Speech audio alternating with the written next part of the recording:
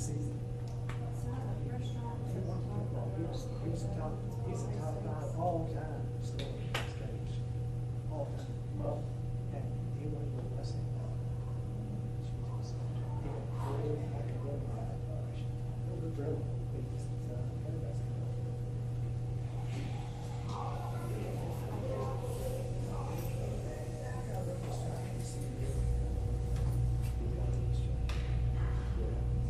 Yeah, I went to a Division III school to play basketball, and I got hurt my first year, and in the meantime got interested in academics, and I was like, why am I playing basketball in Division III You're school? wasting a lot of time. Yeah. Maybe not to be professional. No, I had a friend that went from there and played in Peru professionally, but I didn't go. I didn't really want to do that. Yeah, I'm not sure, that would be in the league out for. Yeah. You know what, I hate it. It comes to this, you get out the door, you get paid. Yeah, it's true. At that time, though, I mean, I didn't really have anything else in my head for sports. And, college was an opportunity to replay Get them. to play sports more. Well, that's why I went. Yeah. Coach for Baseball. Well, yeah, I even tried out for the baseball team every year, not expecting to get on it, just because it was the only place we could get, some field time. Yeah. What I call it, hold ball, my dad's fishing, dog keeper. Oh, yeah. I was about 11, and I put my car on two places. I got two places. There's the time I get my mom's in the hill. Yeah. That's all I was teaching. So it's been like, I was still pissed when I was like 20, but I could only do 2 Yeah, look at a lot of the rest of that. I was so,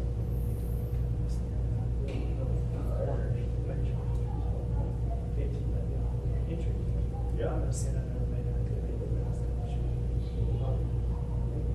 The fact that I could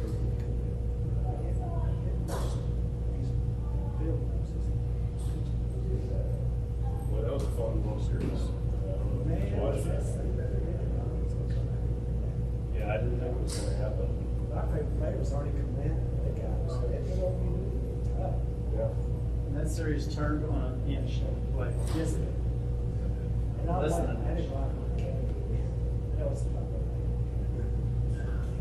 Yeah, I was torn. I don't want to root for the big money team, but I also didn't want to root for the Canadian team. It was tough. I like the slide. I think I just watch it as a baseball fan. Right.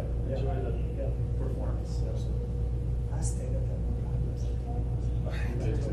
I was sorry, so sorry. I was I didn't even make it to the end of the seventh game. Oh, yeah. In fact, the only way I found out was my phone woke me up. Fox News and all this. Both my kids woke me up twice during that 18-inning game, and I was like, well, I'm up, so I'm just going to watch this.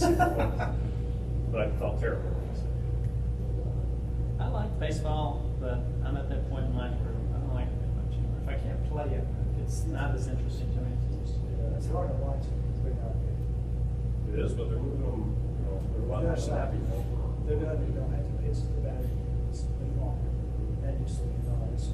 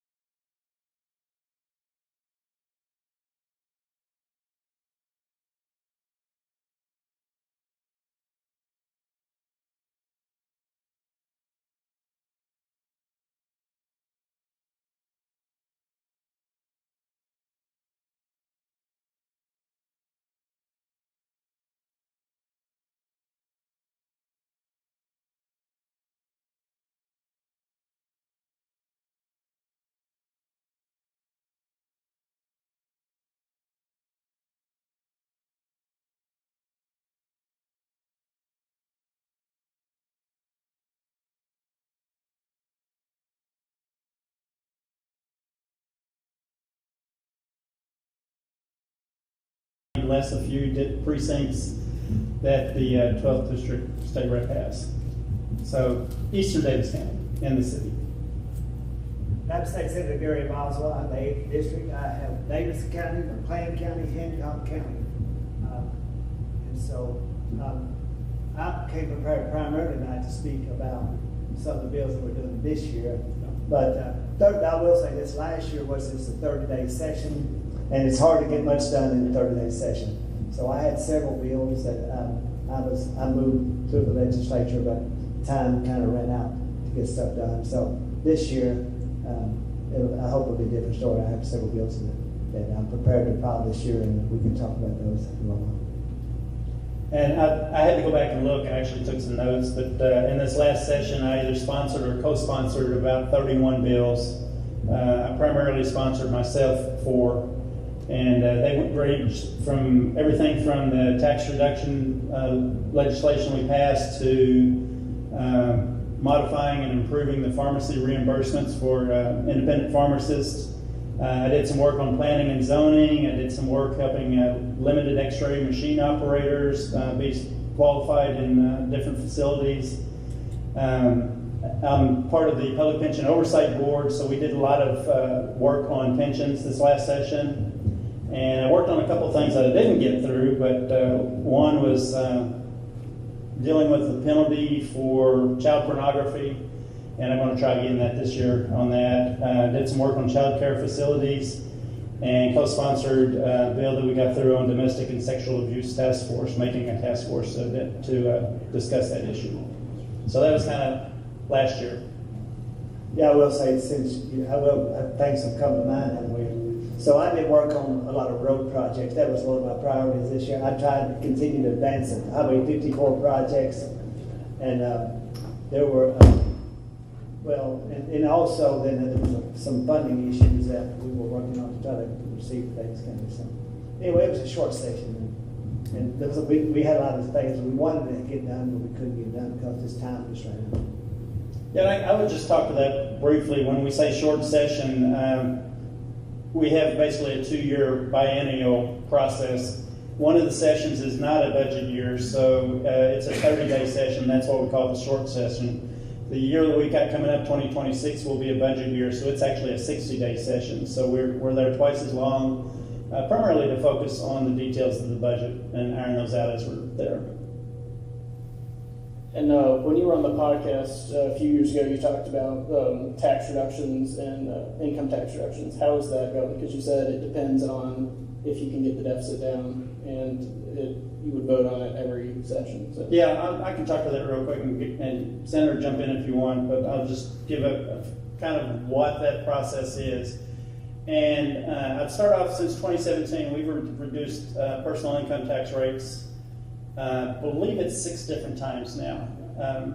It's something that we've worked on, and what we came up with was actually a formula, process that's in place now, that each time that we discuss tax reductions each year, there are some targets that we have to meet, such as having enough budget surplus from the previous year to cover a tax reduction without actually having to reduce any of the services we do, that sort of thing. The last couple of years we've met those targets, and we've been able to reduce the tax rate 0.5% each year.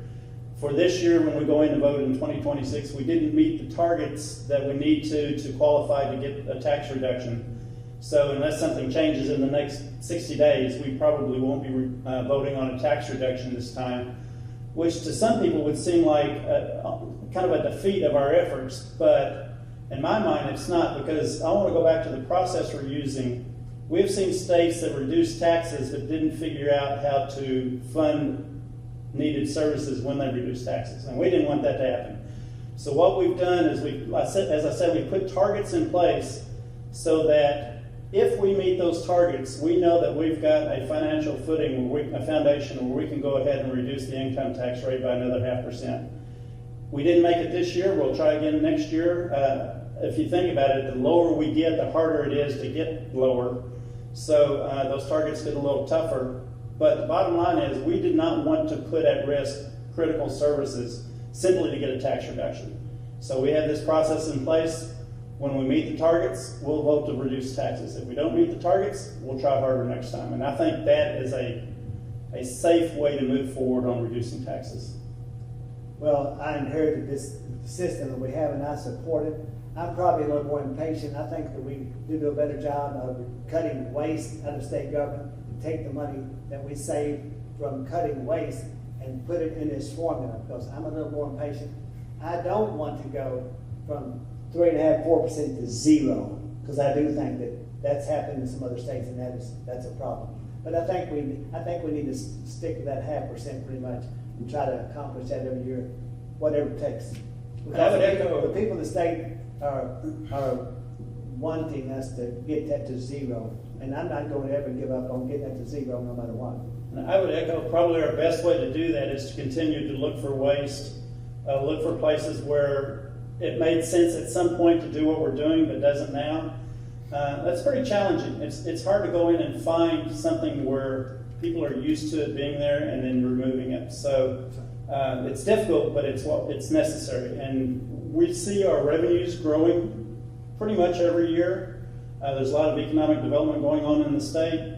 So that gives us a shot, but we're really going to make a difference in the state, I think, is if we can find some ways to find those places where we're just not using the money smart, and go ahead and bring that back in and give it back to the people. And really, that kind of leads us into maybe this discussion about one of the bills that we talked about when we came here tonight.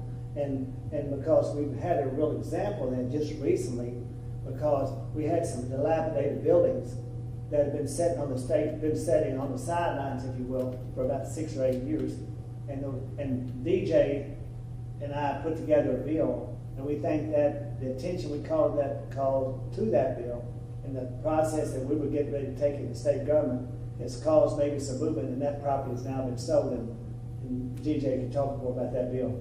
Yeah, I'll talk a little bit about the evolution of the bill that we're going to be introducing. And it started with us and many, many other people in Davis County looking at that eyesore property out there on 54 that used to be a juvenile justice day center, but was shut down several years ago, and it's been vacant ever since. And if you had the misfortune of being in that property and seeing the condition it's in, you would understand it needed to be put back into service. It needed to be put back on the tax rolls. And Senator Boswell and I worked diligently, I would say, to finally get that property where the state sold it back to the city, and then the city turned around and sold it to a developer, and the developer's got some timelines to get that property in shape. And we're very excited about that. But as we were doing that, we started talking to other people, different legislators, different people around the state, and we found out that it wasn't just this property, that there were properties all over the state that have been sitting there, not being used, not on the tax rolls, not being used for the state, just sitting there. And so this is where we have come up with a bill that we've been working on for several months now, where we're going to introduce steps where the state will identify, and then, I hate to say exactly put on a timeline, because I'll talk while that's an issue, but really to be motivated to move forward and get these properties either into private development or back into local government where they can use it and maybe in turn give it back to private development. But the bottom line is we need to have a timeline where the state identifies these properties and then does something with them so that they're not just sitting there wasteful. And all thing I would add to that this specific property we're talking about, based on the development plans I've seen, it could lend as much as $100,000 a year just to the schools alone. So that property, you think about it, it's been sitting there empty. And we create all this revenue because the developer's going to go in there and take it from zero tax base to a significant, both for the city, the county, and for the state of Kentucky, and for the schools.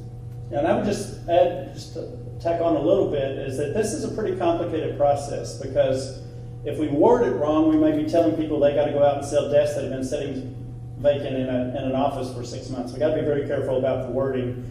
And also, we don't want to create an environment where developers just wait out the timeline and then get the property for nothing. So it's not just telling the state, hey, go sell these properties. There's going to be a process in place, and we're still ironing out the details. The last thing we want to do is create a situation where we're losing money just giving property away. So we feel pretty good we're going to be able to get it into this session and hopefully get a vote on it and get it in place.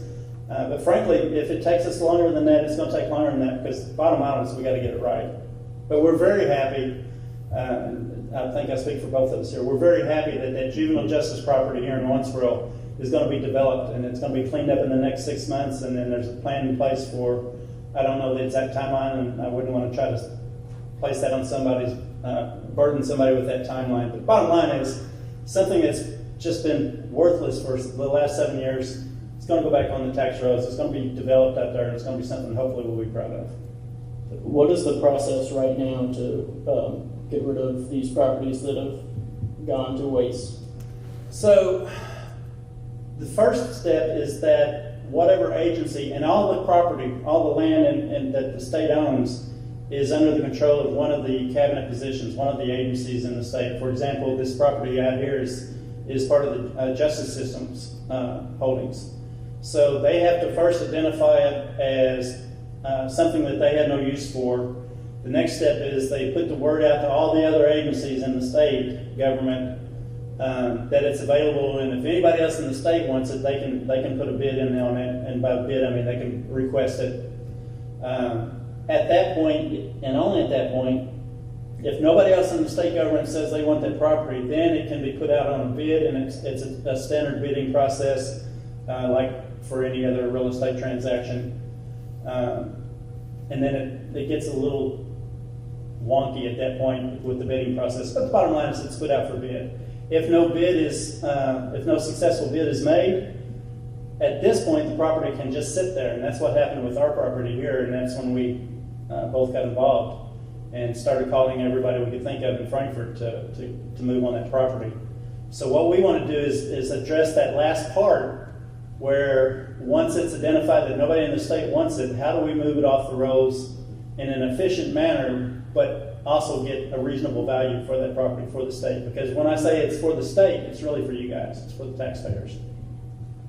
Only thing I'd add to that, DJ, is that, and we haven't worked out the final details but I'm also interested in finding out how the state or any agency can justify needing that property. So it's not necessarily that it's sitting there vacant. Some of them may say they need the property, but I think we need justifications on some of these properties as to why they need them. This one here in Lawrenceville was a perfect example. Does that answer your question? It does. So with the first two steps, is that for the most part no hiccups? It goes through fine? Yeah, but I think we still can put a little bit of a timeline on that, because I don't know that there's any urgency to do those first two steps. If at some point one of the agencies says, all right, we're not using this, we're never going to use it, let's put it out there. I'd like to see a little more urgency in that process and for them to identify these properties a little quicker. And I'd say the primary reason that DJ and I got involved in preparing this bill was this particular property. And as we went through this process, we discovered that this is not a standalone situation. There's situations and properties like this all over the state. So what specifically is your bill planning to do with the process? What new process are you going to set out? Again, it's going to be putting a sense of urgency, and probably there will be a timeline for the state.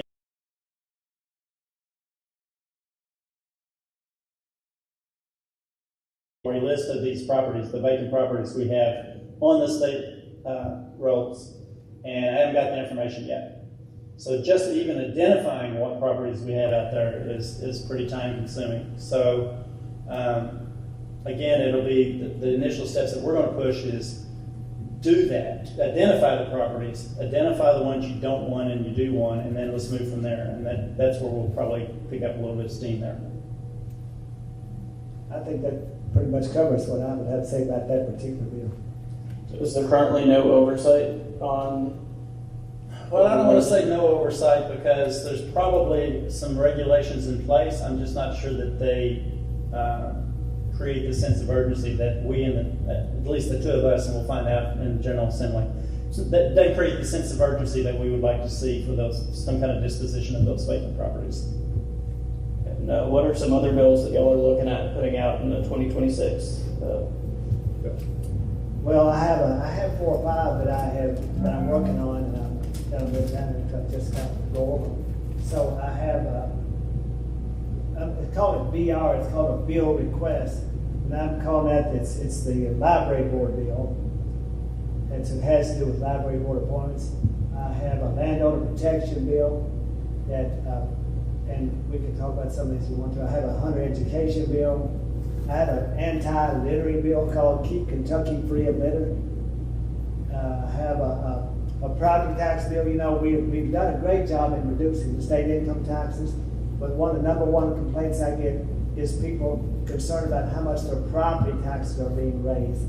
And I do have a bill that that I actually proposed last year, and I had to make a few changes in it. And the last one I have is I have some fish and wildlife bills that I have, and I think that I like to try to say that a lot of the bills that I'm involved in are what I'd call common sense bills, things that don't seem like it should be that difficult to get them done, but it seems like in some instances common sense has kind of gone out the window. And we're trying, and I think that's one thing that DJ and I are working on, trying to return common sense to some of the things we do at Franklin. And now we can talk about those in a minute. We'll see what DJ. Yeah, I'm working on a couple of different things. Of course, the budget, and part of the budget process is identifying the road plan for the next 5 to 6 years, and that'll take a major part of our effort. But we each have individual bills that we're interested in as well. I'm on the Energy and Natural Resources Committee, and so one of the things I've been looking to work on is developing an agreement amongst states about energy policy, because every state has their own policies, and then when a company is trying to work from one state to the next, I mean, they can come up to the state line with one set of policies, cross the state line 50 feet later, and they're in a whole new world. We're going to try to I don't want to say consolidate, but maybe put them in a more uniform manner so that the states are in agreement on how to do things. So I'll be working on some energy stuff there. Child care is a pretty big issue for me. It's pretty dear to my heart, so I've been working with the child care facilities, been working with the Y to increase our child care opportunities, not only in Davis County, but I'm looking at some legislation that would help across the state there. I will try again to get the child pornography penalty bill that I tried last year to get through. I'll try again this year. We'll see. And I think and I'm the chairman of the Elections, Constitutional Amendments, and Intergovernmental Affairs. And I joke that when I figure what intergovernmental affairs means, I'll let y'all know. Anyway, I focus a lot on the constitutions and the constitutional amendments and the elections part of it. So we will have more than one elections improvement bill. We have one that deals with technical stuff, and currently we have 24 different technical changes we're going to make in the election process. Working to make it more secure, to make it more efficient, and to help the county clerks be able to do their jobs better. So that'll be one bill, and then we're looking at some less technical, more policy-oriented steps that probably not ready to get into at this point with respect to elections, but we'll have at least a couple of elections bills coming up, and I'll be involved with those both as chairman of the Elections Committee. Well, I'll talk about maybe two of my bills that I think are really important, and for me at least, and then one is the property tax bill. So currently, under the state law, House Bill 44, if a taxing entity raises your taxes to property tax rate over 4%, it's subject to a recall petition. I know because I've been involved in two of those recall petitions. The problem was in the past, the recall petitions, the way the law was set up, is very difficult to accomplish because it required you to put your social security number and your date of birth on there. And you'll find if you're doing a petition, very few people want to do that. So I was able to get the law changed, or at least with a recall petition, this was 2 years ago, that you do, with a recall petition, you do not require a social security number and date of birth. It just requires you to sign your name and put your address on it. Do a recall petition. But I got to thinking about that, and I thought, why is it that we put that on the taxpayers to do a recall petition? So my bill that I'm proposing now says if a taxing entity raises your property tax rate over 4%, the taxing entity, have to put it on the ballot. Now that does not apply, and I took this out of the bill, because we were told first it had to stay in the bill. Now I've since taken out what they call the nickel tax. So some of the school boards in the state don't have enough money to fund their schools without the tax we call the nickel tax. And the legislature has actually encouraged school districts to pass nickel tax to help pay for their schools. So I've excluded the nickel tax from my bill. Then the other bill, and I've got to say about the other bill, I'll talk about slightly, but this is something that's probably something that's been going on in our community for a long time, and it has to do with library board appointments. In order to be able to talk about this, I think if I can give just a brief history. So in 1989, I ran for Davis County Commissioner. One of my issues that I ran on was I felt the county was underfunding the library. And I won. And one of the first things that we did, we gave I think it was $300,000 from the county budget to the library because we didn't want to have a situation going into the future where the library's funding was not stable. The city going to get money, was the county going to get money? So we set up the library district, the library taxing district. It was created during, like I said, when I was county commissioner on a 3-to-1 vote. And I was the one voting, but ended up voting against it. And the reason why, it gave taxing authority to unelected library board members. And so I was concerned about that, and I was also concerned about the appointment power, who would do it. The judge executive at that time was making those appointments, but that power was ended up being lost. So over the years, in I think it was the 22 session, Senator Philip Wheeler brought a bill back that restored the taxing authority to the county governments. So now libraries can propose tax increases, but it has to be approved by the fiscal court if they take more than the compensating rate. The second part of that bill was to change how the board appointments were made, and it did improve the situation, but it did not solve the situation. So today what we have is that if there's a library board appointment vacancy, the Kentucky Department of Library, people from Frankfurt, send 2 names to the judge executive. If he doesn't pick those names, they send 2 more. If he doesn't pick those, then he gets to choose. But what that's done is that created a lot of animosity, a lot of bickering in our community, which I felt like was totally unnecessary. What my bill does, it returns the appointment power to the judge executive and the fiscal court members and takes the Kentucky Department of Library out of the equation. The one thing that will remain in the current bill that I have allows the local library board to suggest one name to the judge executive. But as a part of this, I would like to say this about this process. Every other local organization that has board appointments, it goes to the judge executive and the fiscal court members. This is the only one like that. So it's a bill that I've pre-filed, and I expected that I would get this bill passed this year. I passed it in the Senate last year, but it didn't have the time to give it. I think it fell into the run out of time trap, unfortunately. I have a question about your litter bill. What can the state government do about reducing litter throughout the state? When I was growing up, and I'm probably the only one old enough to remember this, there was commercials on TV, federal government, state, and it was an Indian crying because he was seeing people litter. And as I drive down the roads, I'm just totally embarrassed by the amount of garbage that we have. I've got pictures, so many pictures and so many videos. And so what I've done is I've created, so right now in the state of Kentucky, law enforcement officers, it's not a top priority to write living bills. Not up get thrown in the court. A perfect example is I had a bill, my original bill that I proposed 2 years ago. I had a request from the sheriff's department to add the word cigarette on the bill, because what was happening, people were being written tickets for throwing cigarettes on the ground. The judge says the cigarette's not litter, so they threw the case out of court. So I added the word cigarette to my bill, and it couldn't get a hearing in the committee because the tobacco interests stopped the bill from being heard. The chairman would not hear the bill because I added the word cigarette butt on the bill. So I've got the bill again this year. There's a new chairman of that committee, and you know, it's gonna cost, I've already done some checking. We really need, in order to run an effective advertising campaign first, to try to encourage people not to litter, it's gonna take about $1.7 million. And I'm not sure if I can get that done or not, but the other part of my equation says this: if law enforcement officers write a ticket for littering, we're going to increase the fine about $100 for each ticket.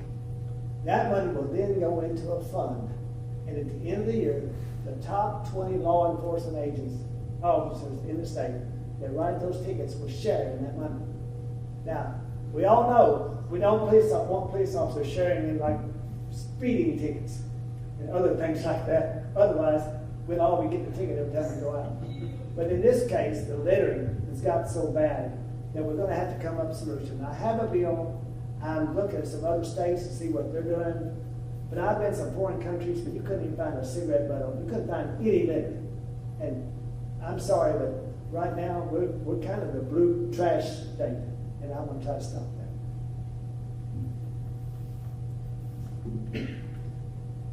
On election reform, what active steps are you planning to take in changing the election process? Well, that really does. When I mentioned 24 technical things, 22 of them I probably would mention, and your eyes would glaze over, because it's what we did is we brought the Secretary of State, who is the chief elections official for the state. We brought the Kentucky Elections Board.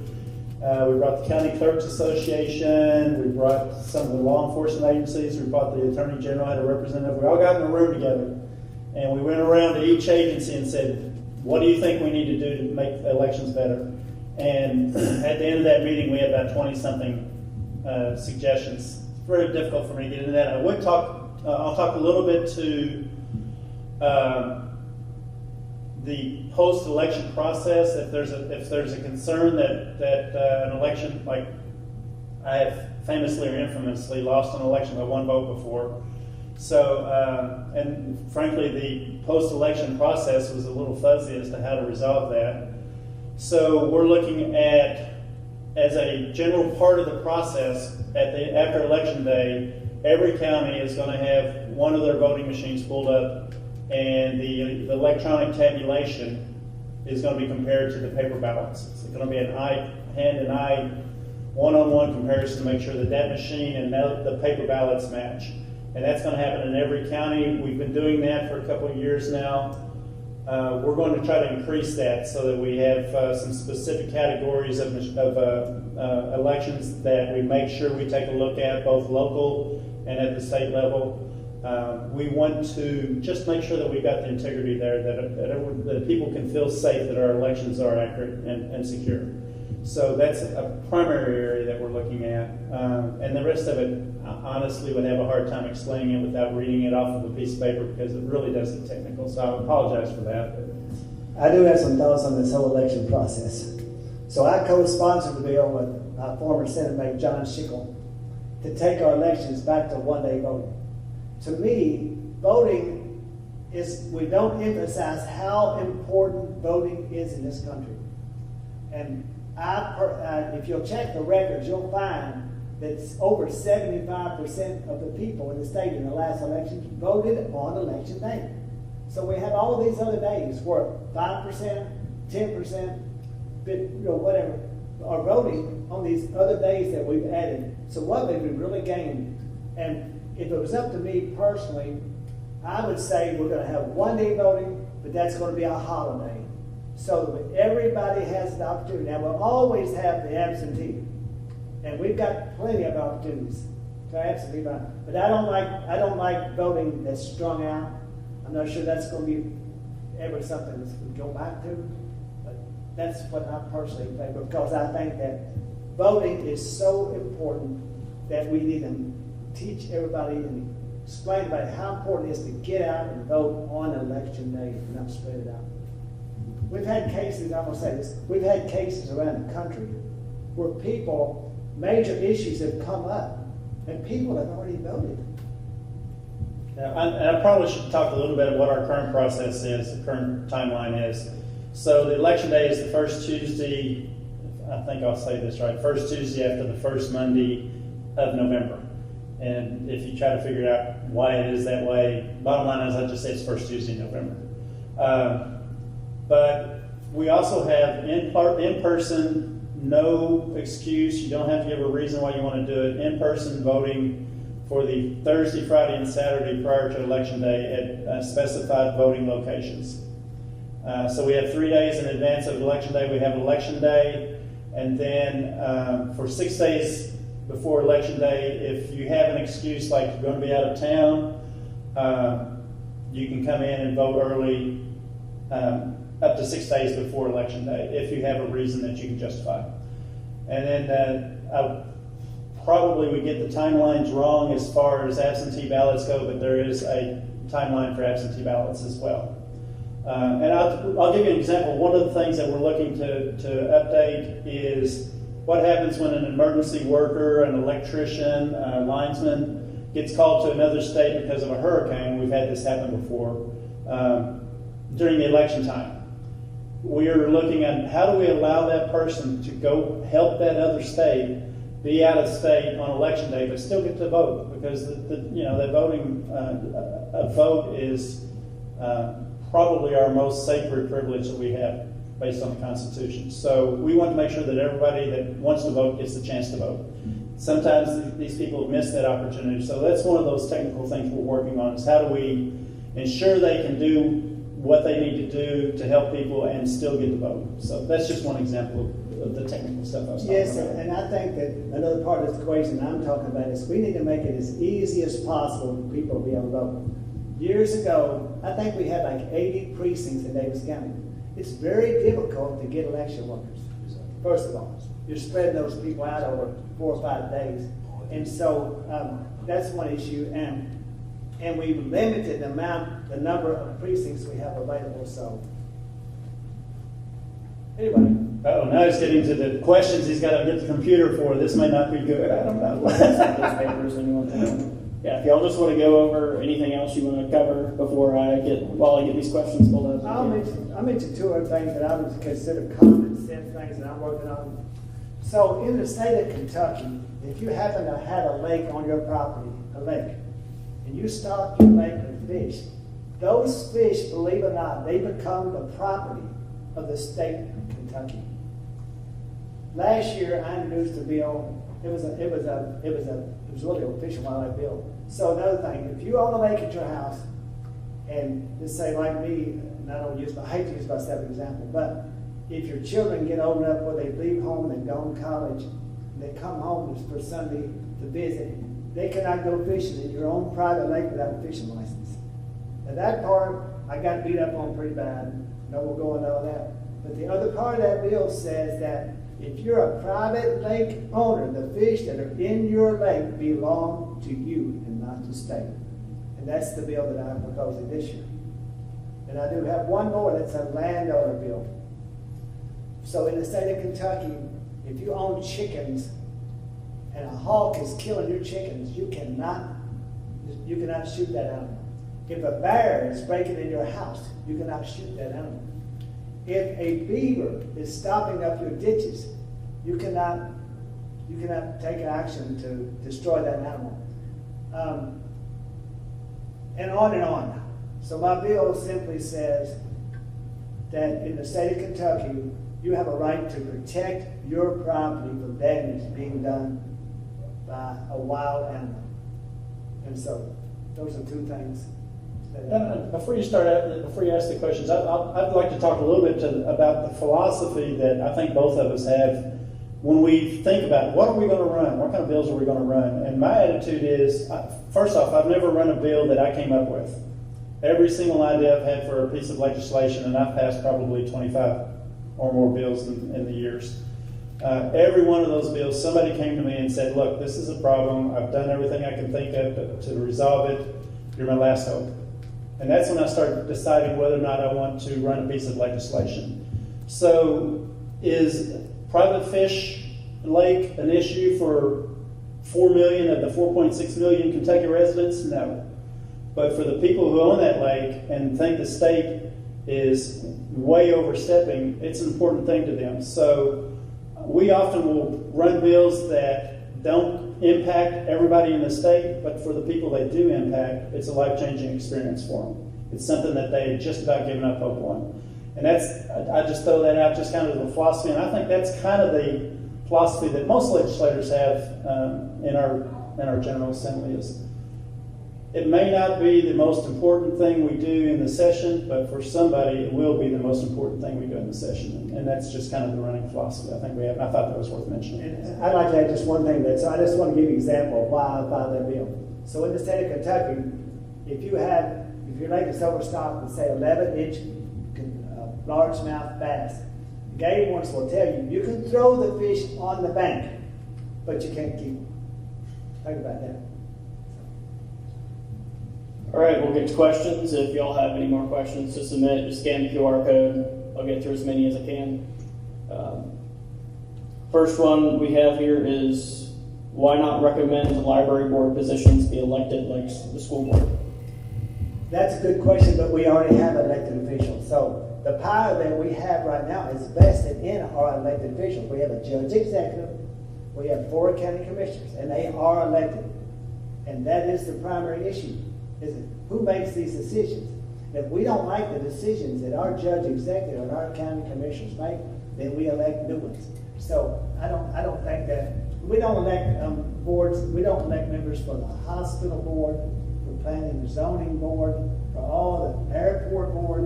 So I don't think we need to. I don't think this would be appropriate for the library board. Do you have any input? No, I would agree with that. Okay. Which sectors, i.e. education, infrastructure, health, environment, are likely to dominate the agenda in 2026 for y'all?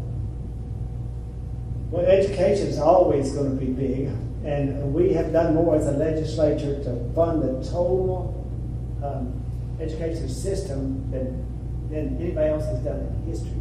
It takes a huge part of our budget to fund our education system. I think the thing that is a pressing issue, at least in some people's mind right now, is pre-K.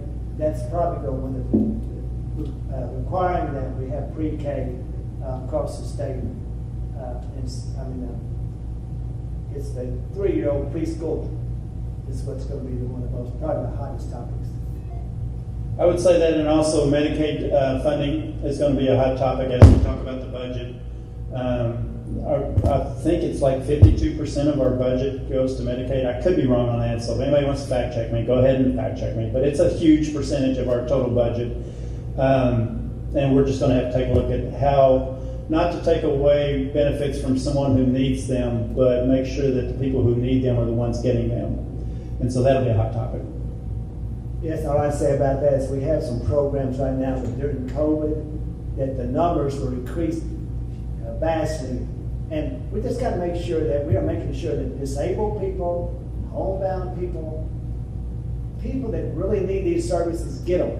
Because if the people getting those services that don't really need them, and we know there are some instances, then that keeps people who really truly need these services from receiving. And it's going to take away from some other service. If we don't make the legitimate effort to identify the right people who receive these benefits, then they're going to be going to people who probably don't really need them, they just would like them. And that means some other agency, some other service, some other critical need loses. And we're trying to avoid that. Would the manual audit for the vote be conducted by a local county clerk? No, if there's the manual audit is done by the elections board, and it may be the county clerk that'll be part of it, but each county has their own county elections board, and the county elections board is the one that would conduct the audit. You know, I think in the state of Kentucky we're doing an excellent job on our elections. We do have to be vigilant, but I'll give a lot of credit right now to the county clerks across this state, and for the most part, Kentucky is not a place where people cheat. If you go back into the old days, they'd buy you a bottle of whiskey to vote for them or give you a $5 bill. There was a lot of stuff going on that was very inappropriate maybe years ago. But I'm pretty satisfied with our election process in the state right now. But we have to keep an eye. And we will continue. Every year we'll have some kind of technical things that we're going to change, hopefully improve. But by and large, I'm pretty happy with where we are too. All right. This next one is a two-part question. Have things become harder to pass or more difficult to pass in recent memory compared to the past? And has increased polarization played a role? Well, I've only been this is my third year, and I don't really see that that's in the things that I have been working on. I don't really see that's big of a problem, that much of a problem. I mean, I think there's legitimate concerns that people have where we differ on the issues. And this is why we need to tone down this rhetoric and just try to work through these issues. So I don't really see that that's much of a problem. I know there are some issues that are hot button issues, always going to be, but I think there's always been those type of issues.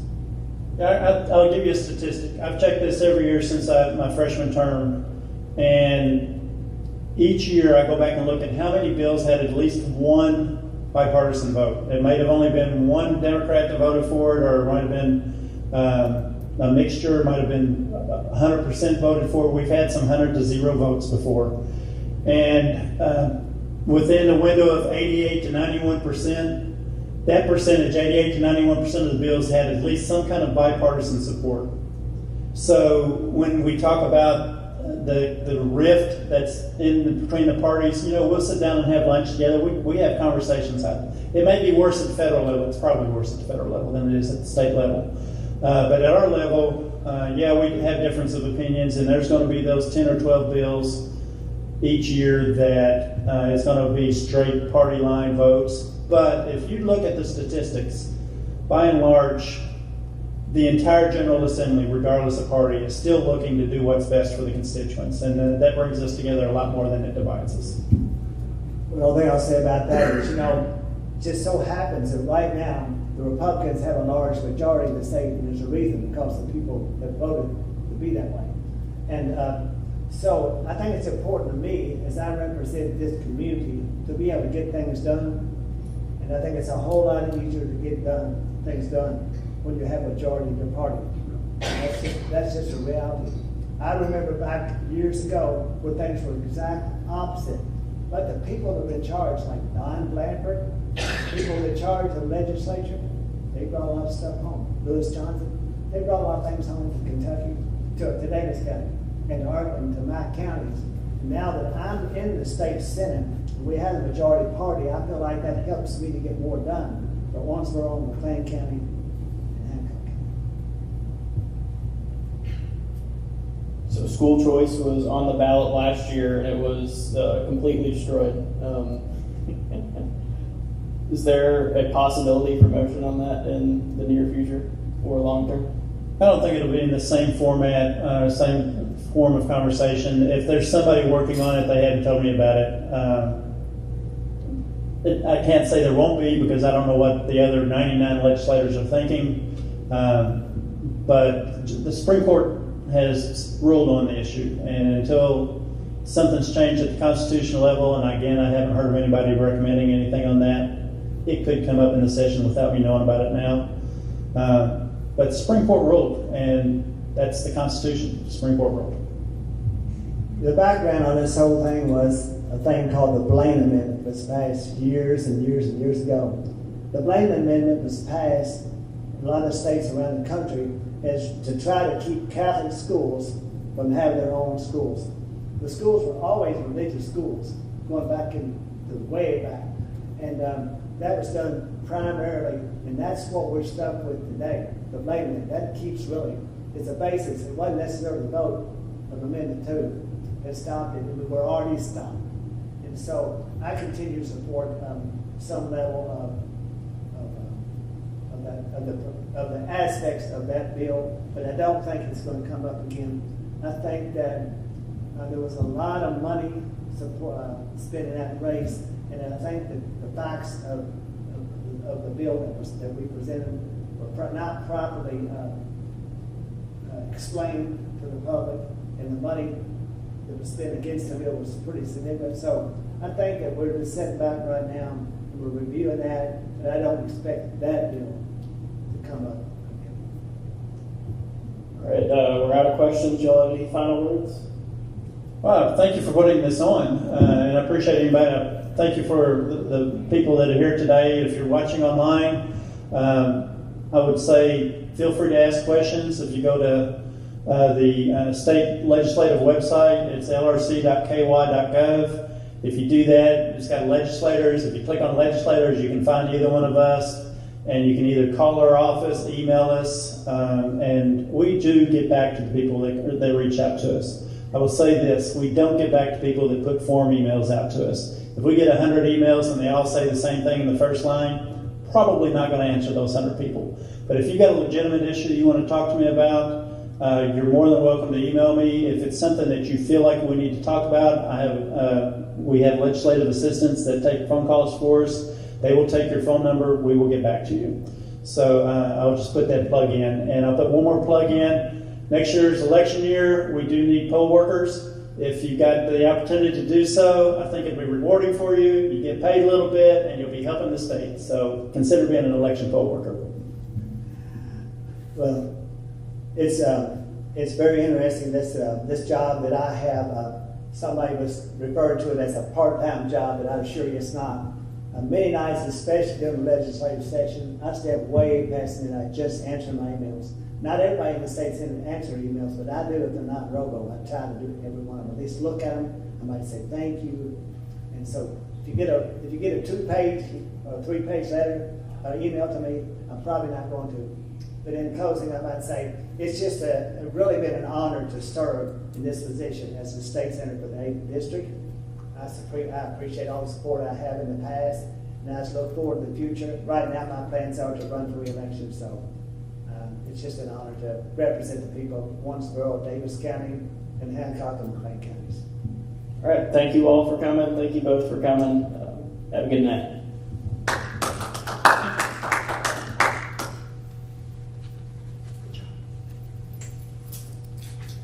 Thanks for having me. Water. Station water. Thank you all.